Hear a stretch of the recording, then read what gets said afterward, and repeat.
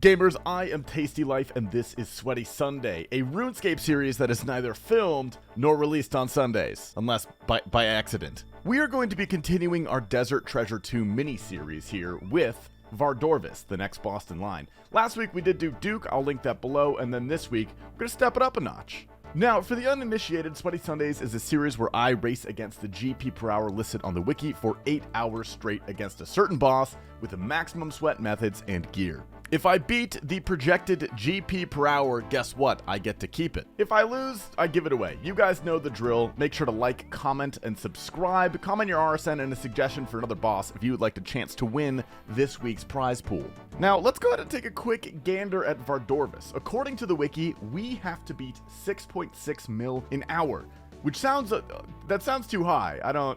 I don't believe that, honestly. But that makes our goal 52.8 mil for the entire episode. We'll talk about the drop table later, but we're absolutely going to need some luck. The fit check is as follows. We have Torva and Max Melee. We have the Blood Fury as well, the new Bellator ring, which is best in slot. And for the first half of the challenge, we're going to be trying out the Osmumten's Fang. Scythe is theoretically better after the first 50% health. However, due to the cost of blood runes, that's probably just going to lose us money. I don't really think it's worth it. And it's also the only place in game where the new axe is actually best in slot. So we're going to try that out for the second half of the challenge and compare the two. We're going to go live on Twitch for the first few hours, so follow me over at twitch.tv/TastyLife. Gamers, let's get into it. Now, after a long day of grinding, how do you unwind? That's right, by playing more video games. So make sure you check out today's sponsor, which is Raid Shadow Legends. You all know Raid, and you get to hear about Raid's awesome collection of over 700 unique champions, a super detailed and tactical RPG battle system, incredible graphics, and intense combination of PvP and PvE combat. However, there's a lot of new stuff, so to help me introduce it, say hello to Professor Death Knight. Professor Death Knight here with a lesson about Live Arena, the new PvP mode where you can fight against other players in real time. Sounds terrifying? Well, so's going to the dentist. You should still do it. Live Arena has a draft feature where you can pick and ban champions to fight for you. Teamwork. When you win matches, you'll get Live Arena crests towards unlocking special area bonuses, or so I hear. I'm too afraid to try any of this out. Alright class, any questions? So how do you feel about banning champions in Live Arena? I hate it. I wish everybody could play. Back in school, I would always get picked last. This is just like when someone pointed at me and said, "You can't even play and your bones look weird." And what's your battle strategy for the Live Arena? Well, everyone thinks I'll go in fighting, but nobody expects my charm. My best strength is the gift of gab. So when they try to attack, I'll just be like, "Nice weather we're having, eh?" Nobody'll see it coming. I hope you use this knowledge you've gained here today about Live Arena to head off and do battle. Live! Make this whole Dead Bones Professor proud, folks. Class dismissed! For new players, you can still get your hands on Stag Knight along with the skin for him designed by John Tron. Use promo code JTSKIN before October 7th and it's as easy as that. Also, if you love free stuff, check out Sun Wukong, who is a legendary champion based on the Monkey King from Chinese mythology. Just log in on 7 different days between now and October 23rd to get him for free. And if you haven't started playing Raid yet, use my link in the description or scan my QR code to get insane bonuses. We're talking an epic champion Talia and other useful things. Once you're in and crush your enemies, come find me under the name TastyLife, and if you're fast enough, you can join my clan. Hit the link in my description, and I'll see you on the battlefield. We are starting this challenge at exactly 400 KC, which is probably a decent starting point considering how the ring drop works here. So we are like a little more likely to get it, I guess. Now this is the first major thing I wanted to talk about, which is the drop table here and what it's going to take for us to actually beat this challenge. I went over the fundamentals in the Duke video, but now it's time for us to get a real dive in. There are a few layers. Okay, there's the general drop table, which in all honesty it's pretty bad. It's terrible. It's like 30k per kill on average, and we need to make over 50 mil in this video, so we need to bump that up by like a factor of 20. There's the tertiary drop table, which is just clues and pet, which, by the way, if we get the pet, that increases today's bounty by 50 million GP, so keep that in mind.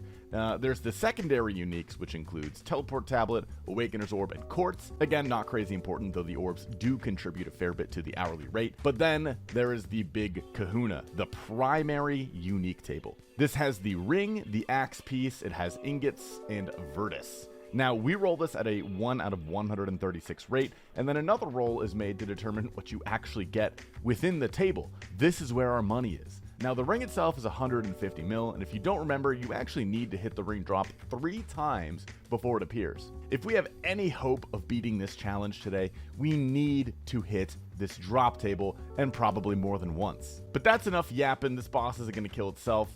Sounds a little messed up, but you know what I mean? We're going to continue the grind.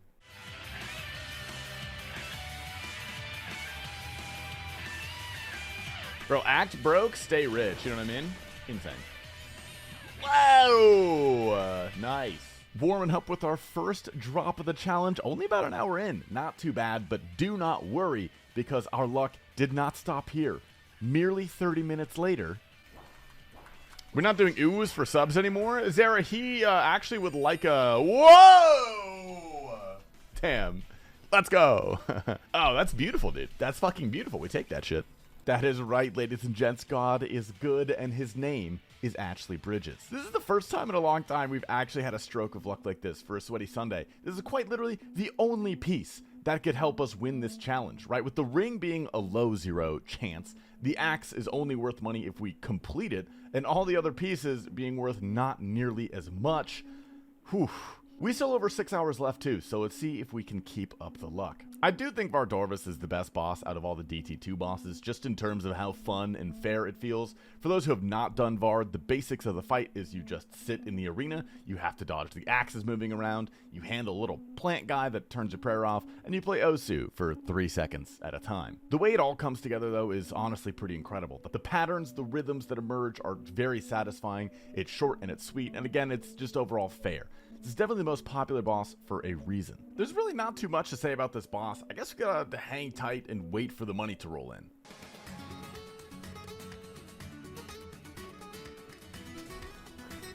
You know, make it feel like a choice. Dude, shout out being bald. Alright, I've been putting it off long enough. I wanted to do the second half of this challenge, so 4 hours with the Soul Reaper axe. However, I got a little excited. I kept doing it, I kept killing it, so now we only have about 3 hours, but it still should be a pretty good amount of time to test out the Soul Reaper axe, which I have never actually used up until this point, so see how much this costs. 262. Ah, we got that easily. Please. Please.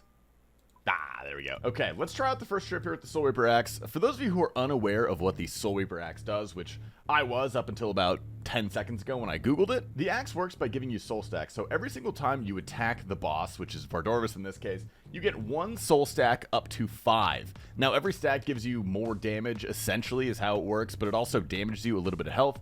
And if you stop attacking or if you switch weapons, all of your stacks go away. So you have to keep attacking it. You can't switch weapons. You can't do anything like that. That's basically it. You just gotta keep going. So it's a little bit dangerous because when you attack it, you take a little bit of damage up until your max stack. So you're gonna be camping a little bit lower health. But also, if you look up here, there's like a special attack, which if you have 5 stacks and you use it, it does another attack that drains all of your active stacks and then heals you for like 40 damage. So essentially, you get all the health back that you lost. But with that being said, since we need to keep attacking with the axe, I think we're just gonna start off with our claw specs at the start of every kill. See how it works. I'm a little bit scared, but let's find out how it goes. This is actually kind of a dangerous boss to have this at, I'm not gonna lie, dude. Bloodfear's got to put in some work. I'm already down to like 50 health by the time I got full stacks, which I don't really like camping that low at Vardorvis, because you mess up one thing, that's a really easy way to die. Beautiful.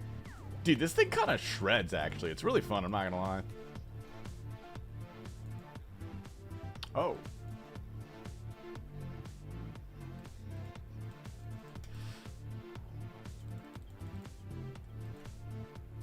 Not even close, baby.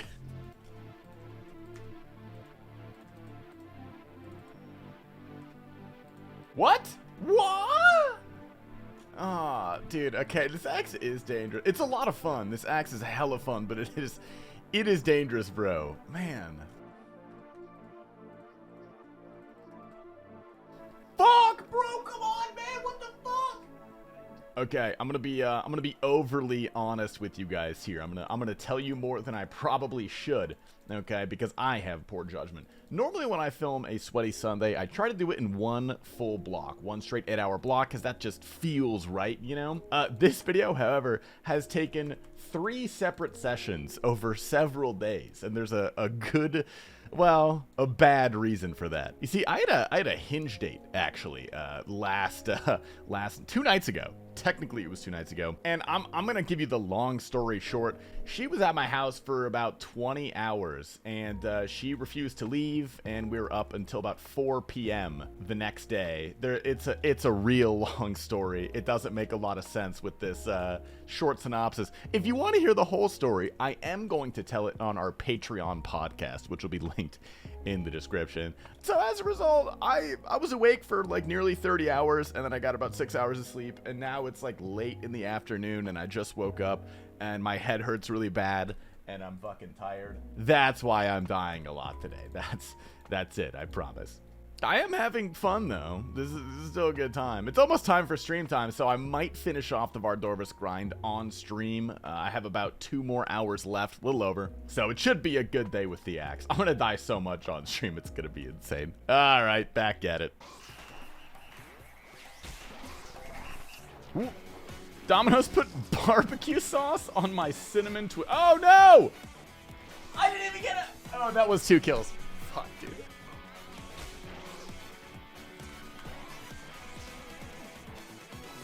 What? Fuck, wait, what did I get hit by?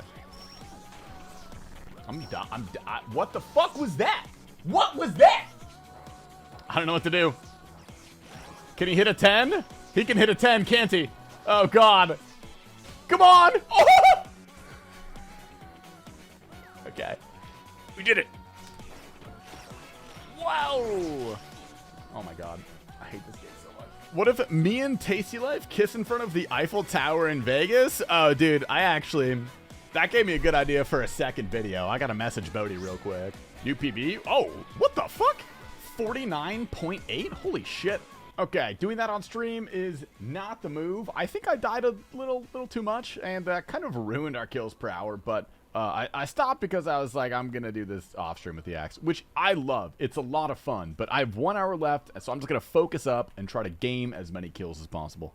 Another personal best too, what the fuck? All right, that trip ends there. We literally have time for 1 more kill, so I'm gonna bust my ass, boys. We're going. Can we pull off a miracle?